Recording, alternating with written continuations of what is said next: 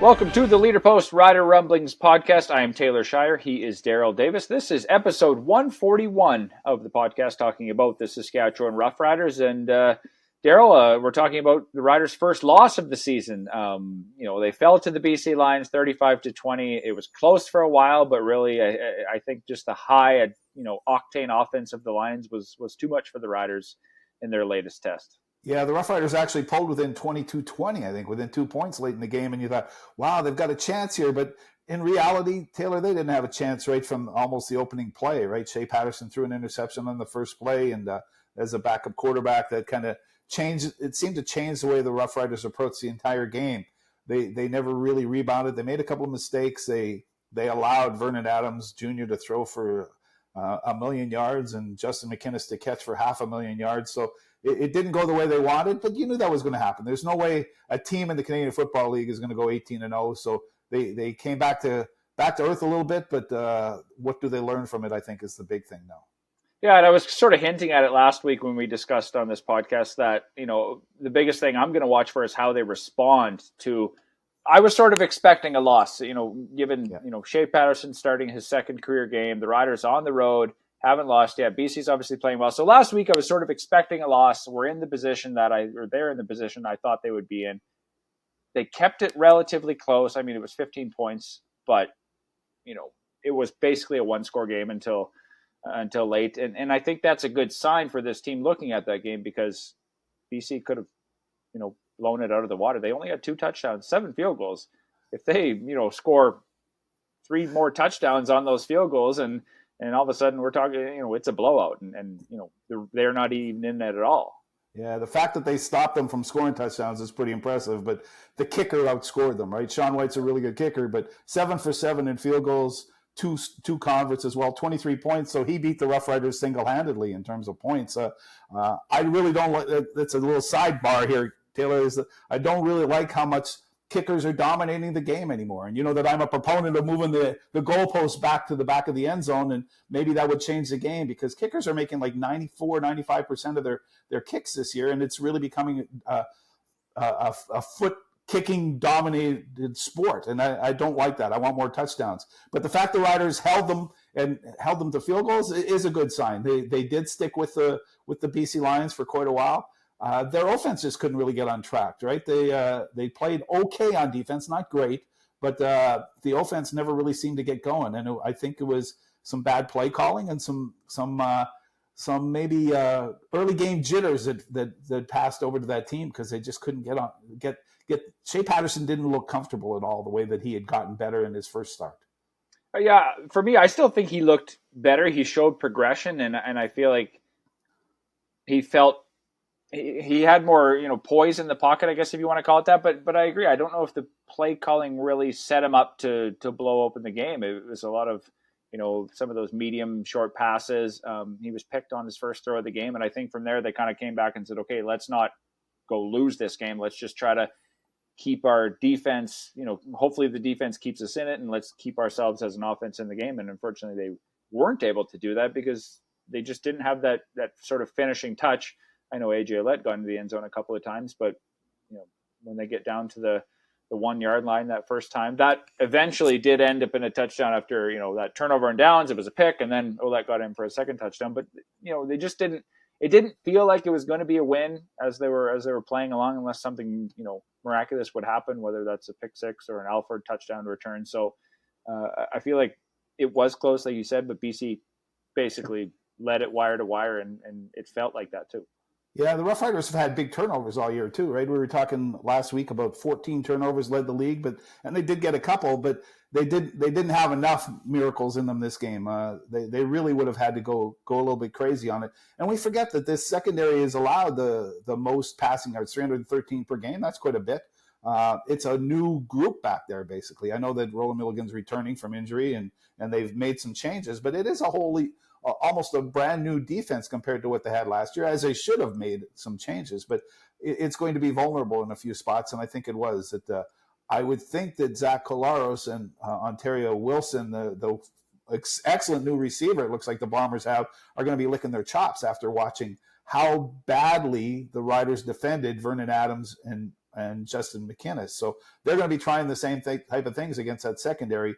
And with the Riders being a little short-staffed, in their defense, mostly along the front line, those injuries that we talked about, they don't seem like big ones when you think Charbel DeBeer, and those guys. Well, they're part of the rotation. They keep the defensive line fresh, and the defense wears down a bit. And I think they wore down a bit, and I'm pretty sure that that's what the Bombers are going to try to do on Friday night when they visit Mosaic Stadium.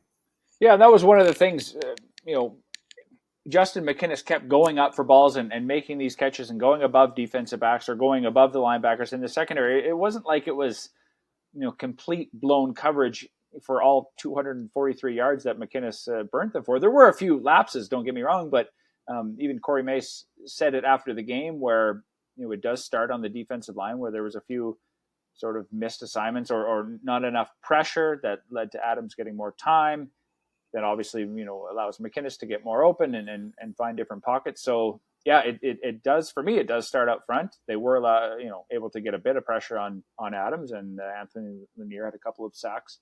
But I wonder as the game went along, how much did the lack of sort of depth there? They dressed 2 fewer defensive linemen. So how much did the lack of depth hurt them and allow VA to continue to make the throws that he did, because they really didn't have a run game at all. The Riders did a great job of stopping William Stanback, and then eventually BC just stopped running the ball, and they would just kept throwing the ball. Yeah, when you throw it for 451 yards, you don't have to run it very much, and I think Winnipeg will do the same thing, although they have Brady Oliveira, who's probably going to test them a bit.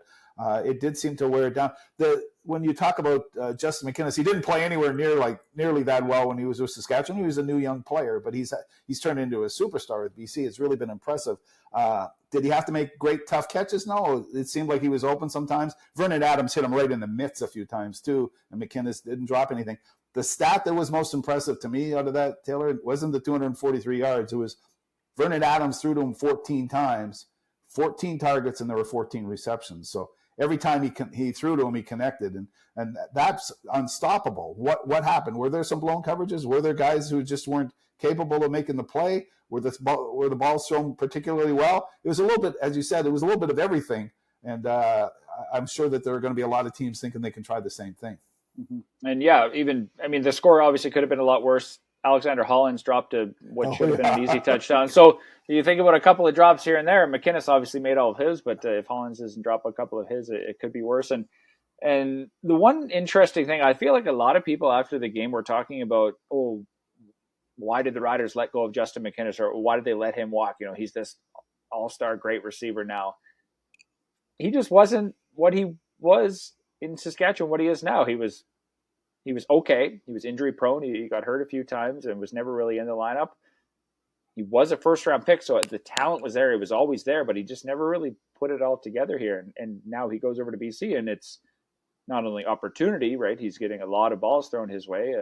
As probably the number 2, if not number 1 receiver there now. But I just think it's that sort of natural progression where, he's getting opportunity. He's always been a big guy with good hands, but now he's kind of putting it all together. Yeah, and it usually takes about 3 years for a Canadian to really come to the forefront, and that's about where he is. He was behind Braden Lenius here too, right? Lenius was pretty good, and then Lenius got hurt. So the Roughriders have drafted pretty well in terms of receivers. If they don't pan out, well, they've got somebody ready to step in usually for them, good for them. So, yeah, why isn't Justin McKinnis with the Roughriders? Because he wasn't that receiver when he was with the Roughriders, and they could afford to say, we're going to try to find somebody better like Samuel Emilus or Keon Schaefer-Baker. And they're good Canadian receivers, so you can't really knock them for that. Things like that happen. Good for Justin McKinnis. He's playing his heart out, and it's always fun. It's always nice to see a guy work so hard and get some success, especially a Canadian player. He's in the right spot right now. And obviously, they lost the game. They also looks like they lost an offensive lineman for an extended period of time. Jamarcus Hardrick went down with a leg injury, and that's going to be a big hole to fill on that right side. Not only sort of the glue guy, core guy, you talk about his leadership all the time, but just to have that right tackle spot, a guy like that who's been around so long, I to have him Yeah, he had missing really is not going to be stabilized good. that group, hadn't he? We've all talked to him and realized what an important player he is on that team. What an important player he was with the Winnipeg Blue Bombers when they were going to the Grey Cup all the time. He was part of that great offensive line, and he still had some life left when the Riders got him. To me, that may have been their biggest offseason signing. I know they had good ones in Jameer Thurman and AJ Otte, but bringing in Jamarcus Hardrick really stabilized a position to tackle on that offensive line that they hadn't done before. Losing him long term is going to be really difficult for the Roughriders. They don't have, and you don't just have great tackles like that hanging around. You have to find out, especially the Americans. The Americans play there, or have played there, but not in Canadian football. So they're going to have to learn and teach somebody to play that spot. And how many juggling arounds are going on too, right?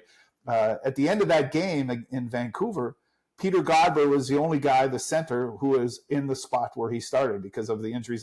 Trevor Reed went down too, the left tackle, so they had to juggle things around. You can only ask so much of these offensive linemen, and I know we got questions about that too. The Riders, why don't they have offensive linemen? Well, they do have offensive linemen. They found very good offensive linemen. You can only have so many bullets in your holster, and they've run out of bullets because there's some serious injuries going, and the Roughriders have put people in place, but now they're going to be tested again, and everybody's going to say, oh, what a horrible offensive line. Well, no, they put together a good one. It just didn't last, and there's nothing you can do about that. Yeah, injuries, once again, I mean, it happened last year to them as well, so we'll see if they can handle the injuries. And you know, you mentioned Peter Godber, the only guy at his position to end the game. Miles Brown comes in. Charbel DeBeer used to be the emergency backup offensive lineman up until last week. So Miles Brown, basically in his first game as the emergency backup offensive lineman, has to come in and play, I believe, the last, 3 or 4 plays of the game. But yeah, interesting when a defensive lineman has to line up as an offensive lineman. They obviously told him, just stand there and block whatever you can, and that's what he tried to do. And, you know, usually they've played some offensive line along the way. So Miles Brown there's an emergency because Canadian Football League teams only dress the 5 starters and usually only one backup. It was interesting. Micah Johnson also had an offensive lineman's number 2 assigned to him for that game. So he might have had to go in as well. So it's tough making sure you have enough of them. And there's no such thing as enough offensive linemen in this league, it seems like. And losing Jamarcus Hardrick, when you lose a star offensive lineman, that's a really difficult loss to overcome. So obviously, as we mentioned, the Riders have the Winnipeg Blue Bombers coming to town on Friday, Hardrick's former team. Winnipeg coming off a 41-37 win over the Calgary Stampeders, and certainly looking better than what they did when they started the season 0-4. But to me, Winnipeg is not really that powerhouse anymore. Sure, they picked up a win and looked better, but I think this is a beatable team. And as I mentioned last week, this is really where the Riders can show us who they are, right? They face some adversity. Now you regroup, you come home, you have a good team in Winnipeg coming. So are the Riders a good team? This is really, I think, a measuring stick game on Friday night. Yeah, they started so well, but remember their first 3 wins were against Edmonton and Hamilton, who haven't won at all. Then they beat a decent Toronto team, so we started believing, yeah, they're pretty decent. Then they lose to BC, which we imagine would probably happen. You and I have talked about this being a tough 4-game gauntlet for them to go through, right? The Toronto, BC, Winnipeg, and then they've got to go to Montreal afterwards. And Montreal might be okay. Depends if Cody Fajardo, their quarterback, comes back from injury or not. But that's as tough a 4-game stretch as you might get in this league. And we are going to find out if the Roughriders are any good. Trevor Harris, their injured quarterback, is fast-tracking his injury. I know he wants to get back as quickly as possible. Is it too soon for him to come back? Yes, probably. So they're probably going to go with Shea Patterson again. And how is he doing? Well, we have to see continued improvement from him. He shouldn't be looking over his shoulder and saying, when is Trevor Harris going to bump me off? Because I'm in here. So what they have to do is get back to the confident level that they had in him his first start and let him throw the football downfield and combine it with what you were talking about, his mobility last game. He moved pretty well in the pocket, and he did move the pocket around, and I think that's a real key to any success the Saskatchewan Roughriders might have up against Winnipeg or against any other team is if they can keep Shea Patterson moving around and a tougher target to hit. And he throws pretty well on the run. He's got to get those receivers deeper, not just that little dink and dunk offense that nobody seems to like around here, and be able to throw it downfield. And then Shea Patterson will have some chances to go up against, maybe to exploit this Winnipeg defense. Mm-hmm. And AJ Otte, I think, his numbers weren't his best game of the year, but I feel like he had more he was more of a factor last week against BC. He put his head down a few times. He found a few good holes, and I feel like he was more of a presence in the offense. And again, they're going to need his presence to be able to have that sort of total package offense against Winnipeg. So I think AJ is going to play a big factor on Friday night. Obviously, Shea, if he continues to show that he can lead, he doesn't need to pass for 400 and 4 touchdowns for this team to win games. He needs to manage the game effectively, not throw any picks, maybe a touchdown here or there, right? And protect the ball. Let his receivers make the plays and do the work, and obviously give the ball to his running back. That's the point. A zero could win for him. That zero in the interceptions department, right? If there's a zero in that column, he's doing pretty well. You did mention AJ Otte. Some reporters have been talking to him. Jamie Nye, one of them, and Otte said, we struggled a little early because I like to have my linemen blocking differently than the Roughriders used to block. The offensive linemen used to block. So it's a really complicated thing that we probably wouldn't understand and would have trouble explaining to listeners. But he said that they're just starting to get adjusted to each other. And you could see it with Otte. He's getting better and better every game, as you talked about. They did get him a little bit involved in running outside and throwing the football to him. But it seems like they're getting closer to be in sync.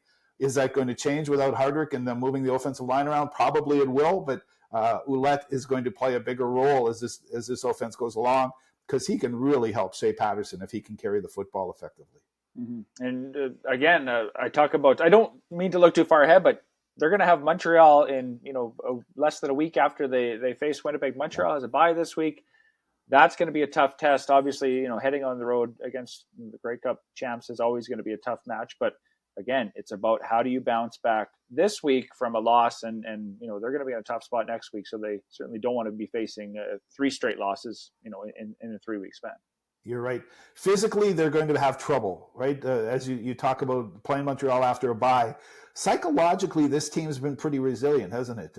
When we've watched them, they've started slowly in almost every game and have managed to at least to win 4 of them. The one game against Hamilton, they led from the onset, but the other games they had to come back. They made a pretty concerted effort to try to come back against BC. Weren't able to, but they don't seem to back down. What do they put on there? What's Trevor Harris say? Don't flinch, right? They talk about not flinching, and this team doesn't flinch. So when you ask and you talk about them, how are they going to rebound? How are they going to respond? They don't seem to flinch. They seem to be living up to that, and it's going to be interesting to see if they can continue to be like that, because psychologically that comes from their head coach and from the player, the leaders in that room. And I don't think they will. I think that they'll bounce back pretty well, but they do physically have some obstacles to overcome. Yeah, and I would agree with that. If they can stay healthy, this team is still a team that can make noise into the playoffs. I'm not going to say they're going to win the Grey Cup this year necessarily, but this just feels to me like this is a team that really believes that they can. It's a team that's trending in the right direction. If they can get Trevor Harris back, I think that gives them their best chance to maybe make some noise in the playoffs and go on a run.